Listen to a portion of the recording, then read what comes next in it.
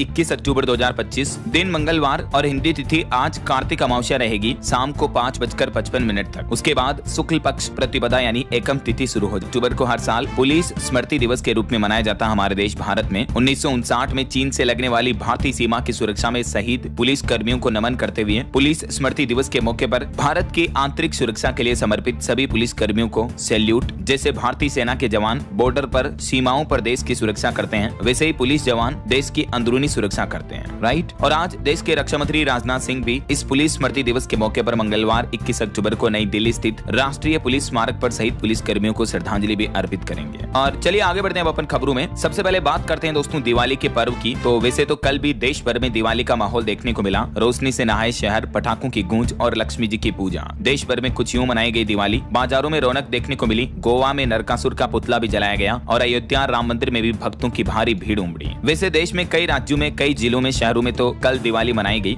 लेकिन इस बार अभी भी यह बात को लेकर कंफ्यूजन है कि दिवाली की सही तारीख कब रही, 20 अक्टूबर या 21 अक्टूबर। तो दोस्तों उत्तर प्रदेश काशी के विद्वानों और ज्योतिषविदों का तो यह मानना है कि 20 अक्टूबर ही दिवाली के लिए सही तारीख रहेगी। यही वजह है कि यूपी, अयोध्या समेत देश के कई राज्यों में तो कल दिवाली मनाई गई, लेकिन अलग अलग धर्माचार्यों के अलग अलग मत हैं। तो इस बार कुल मिलाकर 2 दिन होगा दीपावली का पूजन। जिन लोगों ने कल दिवाली नहीं मनाई, कल लक्ष्मी पूजन नहीं किया, तो आज भी दीपावली का ही पर्व है। इस बार 2 दिन अमावस्या होने की वजह से ये असमंजस का माहौल देखने को मिल रहा है। तो कुछ ज्योतिषविदों का ये मत है कि 20 अक्टूबर की रात अमावस्या तिथि, प्रदोष काल और शुभ मुहूर्त का संयोग बन रहा, तो यही कारण है कि कल लक्ष्मी पूजन और दीपोत्सव का आयोजन माना गया। और कुछ का ये मानना है कि 21 अक्टूबर को आज अधिक उपयुक्त स्थितियां बन रही हैं, क्योंकि परंपरा अनुसार लक्ष्मी आगमन के लिए सायंकालिक संधि काल का समय महत्वपूर्ण माना गया है। और हिंदी पंचांग के मुताबिक कल 20 अक्टूबर की रात 8:17 पर चित्रा नक्षत्र शुरू होगा, जो कि रात 10:59 तक रहा। और स्वाति नक्षत्र आज 21 अक्टूबर को लगेगा और इसी स्वाति नक्षत्र में लक्ष्मी पूजा का विधान होता है। इसलिए कुछ धर्माचार्यों का यह मानना है कि 21 तारीख धार्मिक दृष्टिकोण से ज्यादा शुभ रहेगी।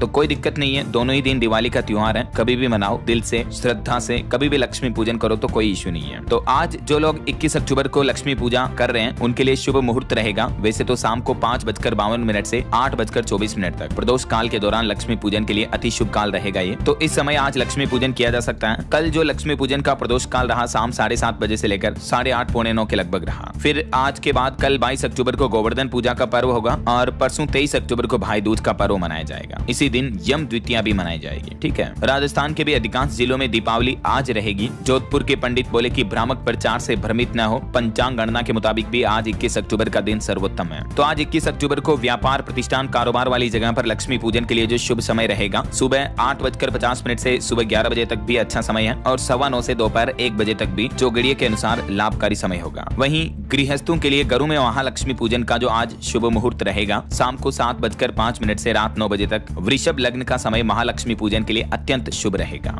बाकी प्रदोष काल रहेगा 5:30 से 7 बजे तक। इस दरमियान भी लक्ष्मी पूजन किया जा सकता है, ये भी अच्छा सर्वोत्तम मुहूर्त है। ठीक है। तो ये तो आज 21 अक्टूबर को लक्ष्मी पूजा करने वालों के लिए शुभ मुहूर्त वगैरह की जानकारी हो गई। बाकी देखिए दिवाली के मौके पर देश भर में बाजार भी गुलजार हुए। पूरे देश में 5 लाख करोड़ का कारोबार हुआ। अकेले राजधानी दिल्ली में ही 80,000 करोड़ का कारोबार देखा गया। खुदरा और थोक व्यापारियों की बिक्री में बढ़ोतरी हुई, जिससे भारत की अर्थव्यवस्था को भी बढ़ावा मिलेगा, है ना। और यूपी अयोध्या की ये कुछ तस्वीरें देखिए आप। अयोध्या में 26 लाख दियों से रोशन हुआ सरयू घाट। 2128 लोगों ने एक साथ महाआरती की। और इस दिवाली पर भी अयोध्या में 2 Guinness book of world record बने। ये अयोध्या के राम की पेड़ी वगैरह की तस्वीरें आप देख सकते हैं। लाखों दियों से जगमग हो उठी राम की पेड़ी। ड्रोन की तस्वीरें आप देख सकते हैं। ड्रोन के जरिए ही दीपकों की काउंटिंग की गई। तकरीबन 2 किलोमीटर तक की रेंज में ये दीपक जलाए गए। लेजर शो का भी आयोजन हुआ और राम की पेड़ी पर दीप जलाने के लिए बड़ी संख्या में लोग मौजूद रहे। कई छात्र छात्राओं ने भी इसमें हिस्सा लिया। ड्रोन के जरिए प्रभु श्री राम के आसमान में तस्वीर भी बनाई गई। सीएम योगी ने भी इसको देखी, देख सकते हैं आप तस्वीरें। और ये ड्रोन के जरिए प्रभु श्री राम का धनुष बाण भी बनाया गया। तो दोस्तों यूं कुछ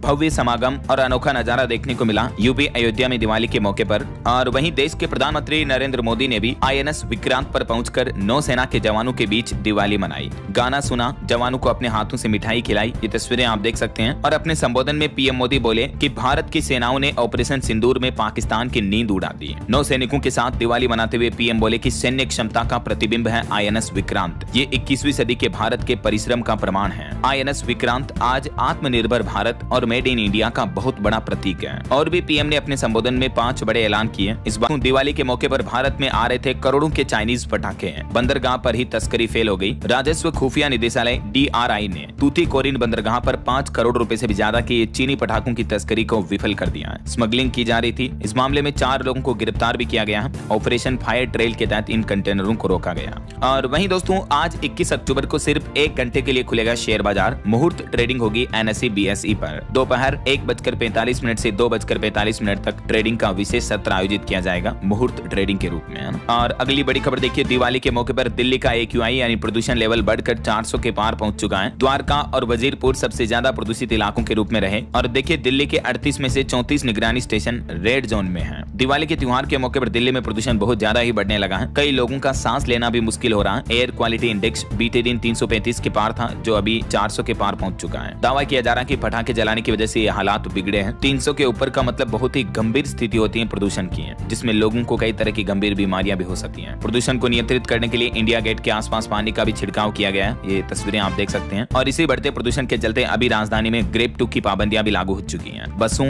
डीजल जनरेटर और गाड़ियों समेत कई सारी चीजों पर पाबंदी रहेगी इस ग्रेप 2 की पाबंदियों में। ये कुछ न्यू रूल्स एंड रेगुलेशंस लागू हो चुके हैं। और अगला अपडेट देखिए दोस्तों, दिवाली के मौके पर पहली बार बद्रीनाथ धाम में भी जलाए गए 12,000 दिए। केदारनाथ धाम में भी भव्य दीपोत्सव का आयोजन हुआ इस बार दिवाली पर। 12,000 दीप जलाए और माता लक्ष्मी को 56 भोग भी अर्पित किए गए। और प्रधानमंत्री नरेंद्र मोदी समेत भारत देश को दुनिया भर की बधाइयां भी मिली। कई वर्ल्ड लीडर्स ने दीपावली की शुभकामनाएं दी। दिवाली के मौके पर Australia, New Zealand, Singapore, Britain, Pakistan, Israel और यूरोपीय संघ के नेताओं ने भी भारत और देशवासियों को दिवाली की शुभकामनाएं दी। विश्व भर से आए संदेशों में आशा, एकता और प्रकाश के विजय की शुभकामनाएं देखने को मिली। तो कुछ यूं दिवाली का पर्व चल रहा अभी देश भर में। तभी आगे बढ़ते हैं अपन आज की बड़ी खबरों की तरफ। देखिए आप अगला अपडेट, अमेरिकी राष्ट्रपति डोनाल्ड ट्रंप ने भारत को एक बार फिर से भारी भरकम टैरिफ की चेतावनी दी है और भारत की तुलना हंगरी से की है। ट्रंप ने एक बार फिर से आग उगली, बोले कि जब तक भारत रूस से कच्चा तेल खरीदता रहेगा मैं लादता रहूंगा टैरिफ। और इस बीच ट्रंप ने एक बार फिर से अपने आप से ये दावा किया, बोले कि भारत अब रूस से तेल नहीं खरीदेगा। उन्होंने कहा कि मैंने पीएम से बातचीत की है, मोदी से, जबकि भारत पहले भी ट्रंप की फोन कॉल पर बातचीत को नकार चुका है। तो अमेरिका भारत के बीच ये बयानबाजी चल रही है। इस बीच एक रिपोर्ट सामने आ रही दोस्तों कि अमेरिकी राष्ट्रपति डोनाल्ड ट्रंप ने टैरिफ की वजह से सारा खेल बिगाड़ दिया। देखिए अमेरिकी टैरिफ की वजह से अमेरिका जाने वाले भारतीय सामान में 37.5% तक की गिरावट देखने को मिली है। यानी अमेरिका के लिए भारत का एक्सपोर्ट इतना गिरा है, बीते 4 महीनों में ये खेल देखने को मिला। हालांकि एक अच्छी राहत की बात यह है कि भले ही पर्टिकुलर अमेरिका कंट्री का एक्सपोर्ट भले ही गिरा है, लेकिन अमेरिकी टैरिफ के बाद भारत के दुनिया के 24 देशों में एक्सपोर्ट में बढ़ोतरी देखने को मिली है। और इंडिया का ऑल ओवर एक्सपोर्ट तो बढ़ा है, केवल अमेरिका के निर्यात में ये गिरावट देखने को मिली है। क्रिसिल की तरफ से भी ये रिपोर्ट जारी की गई है ना। बाकी भारत के ऑल ओवर एक्सपोर्ट के डेटा हाल ही में मैंने आपको बताए थे कि ट्रंप टैरिफ के अटैक का भारतीय कारोबारियों ने तगड़ा जवाब दिया। ऑल ओवर एक्सपोर्ट में निर्यात में 6 से 7% तक का इजाफा यानी बढ़ोतरी देखने को मिली है। और भारत के ऑटोमोबाइल सेक्टर में भी अच्छी खासी ग्रोथ देखने को मिली। जुलाई, अगस्त, सितंबर वाली तिमाही में 26% बढ़कर ऑटोमोबाइल निर्यात ने भी एक अच्छी उपलब्धि हासिल की है। 16,85,000 से भी ज्यादा यूनिट्स भारत ने बेची। मेड इन इंडिया गाड़ियों की धूम देखने को मिली, मतलब ऑटो एक्सपोर्ट भी 26% बढ़ा बीते 3 महीनों में। और इस ऑटो एक्सपोर्ट में केवल व्यावसायिक वाहनों का निर्यात ही 23% तक बढ़ा है। बांग्लादेश, नेपाल और मध्य पूर्व देशों के लिए ये सकारात्मक संकेत देखने को मिल रहे हैं। और आज एक अच्छी रिपोर्ट ये सामने आ रही है कि भारत का सेवा निर्यात भी अच्छी बढ़त में है। देखिए भारत ने सर्विस एक्सपोर्ट के मामले में भी ऐतिहासिक छलांग लगाई। वैश्विक रैंकिंग के मामले में दुनिया में 7वें स्थान पर पहुंचा हमारा देश। NSE यानी नेशनल स्टॉक एक्सचेंज की तरफ से डेटा जारी किए गए भारत के सर्विस सेक्टर एक्सपोर्ट को लेकर, है ना। और वैसे एक्सपोर्टर्स के लिए एक अच्छी खबर ये भी है कि फियो ने भी लॉन्च की ग्लोबल टेंडर सर्विस, जिससे भी भारतीय निर्यातकों की वैश्विक स्थितियां और मजबूत होगी, है ना।